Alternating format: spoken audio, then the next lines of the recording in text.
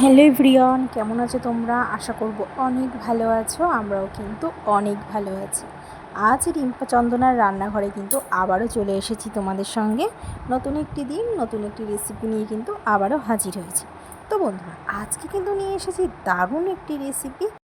আগে যদি জানতাম পটল সেদ্ধ মাখা এত দারুণ লাগে খেতে, যা গরম পড়েছে না, এই গরমে না কোনো কিছু খেতেই কিন্তু ইচ্ছা করে না, আর আগুনের পাশে যেতেও ভালো লাগে না।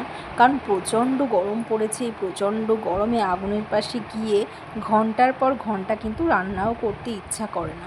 তখন মনে হয় যে শরীরটা একটু ভালো রাখতে আমরা একটু যদি সেদ্ধ খাই, তাহলে শরীরটাও ভালো থাকবে আর আগুনের পাশেও কিন্তু যাওয়া লাগবে না।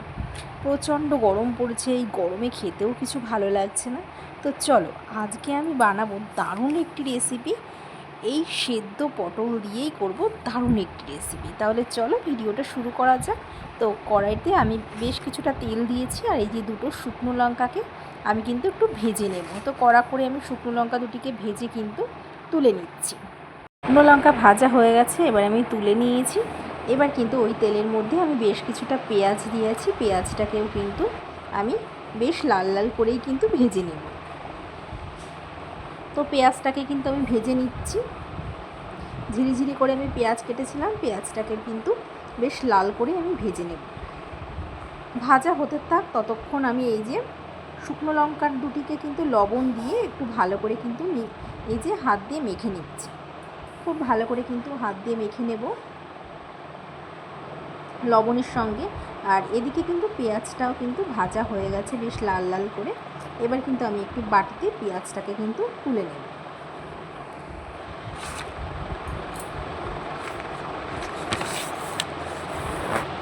তো দেখো ভাজা হয়ে গেছে, এবার কিন্তু আমি তুলে নিয়েছি। এবার ওই তেলেই কিন্তু আমি কিছুটা রসুন দিয়ে রসুনটাকে কিন্তু আমি ভেজে নেব। আর এদিকে কিন্তু আমি 4টে পটল কিন্তু সেদ্ধ করতে বসিয়েছিলাম। এই যে 4টে পটল আমি সেদ্ধ করতে বসিয়েছিলাম। ওই যে 4টে পটল আর একটি টমেটোকে আমি সেদ্ধ করতে বসিয়েছি। খুব একটা কিন্তু বেশি সময় লাগবে না সেদ্ধ হতে। এই যে আমি 4টে পটল আর একটি টমেটো আমি সেদ্ধ করতে বসিয়েছি। এই যে যেহেতু প্রেশারে করব, এর জন্য কিন্তু খুব একটা বেশি সময় লাগবে না। প্রেশারের মুখটাকে আমি ভালো করে আটকে দেব। এই যে আমি বসিয়ে দিয়েছি গ্যাসে। তো খুব একটা বেশি সময় লাগলো না, আমার এই যে 4টে পটল সেদ্ধ হয়ে গেছে। আর একটি টমেটোমের খোসাটাকে আমি ভালো করে কিন্তু ছাড়িয়ে নেব।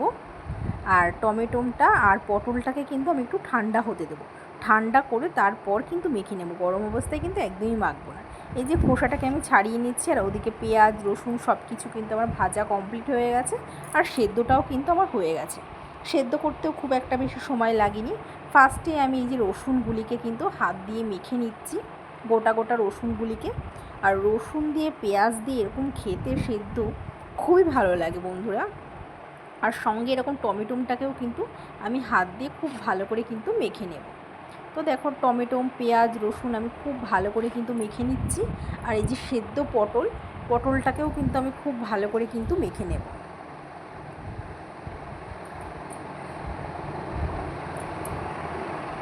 তো পটলটাকেও আমি খুব ভালো করে কিন্তু মেখে নেব।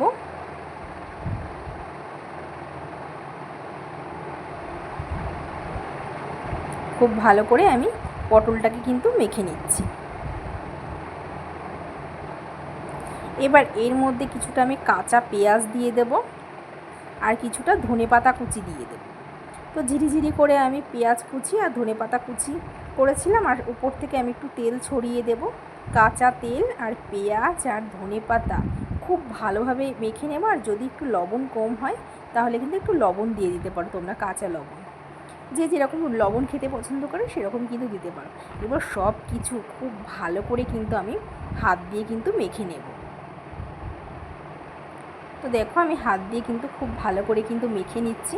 আমার কিন্তু মাখাটা কমপ্লিট হয়ে গেছে। এবার কিন্তু আমি একটি প্লেটে কিন্তু এই যে পটলটাকে কিন্তু তুলে নিচ্ছি, মাখা পটলটাকে। গরম ভাতের সঙ্গে এরকম পটল সেদ্ধ কী যে ভালো লাগে বন্ধুরা। আগে যদি জানতাম যে পটল সেদ্ধ মাখা এত ভালো লাগে খেতে, তাহলে কিন্তু অনেক আগেই কিন্তু আমি এই রেসিপিটা কিন্তু খেতাম। ট্রাই। বন্ধুরা, কেমন লাগলো আজকে তোমাদের রেসিপিটা? আজকের রেসিপিটা যদি তোমাদের ভালো লেগে থাকে তাহলে কিন্তু তোমরাও বাড়িতে একবার ট্রাই করে দেখতে পারো। প্রচণ্ড গরম পড়েছে, এই গরমে তেল মশলা খেতে একদমই ভালো লাগে না, তো অবশ্যই একবার ট্রাই করে দেখতে পারো। তো আজ এই পর্যন্তই, আবার দেখা।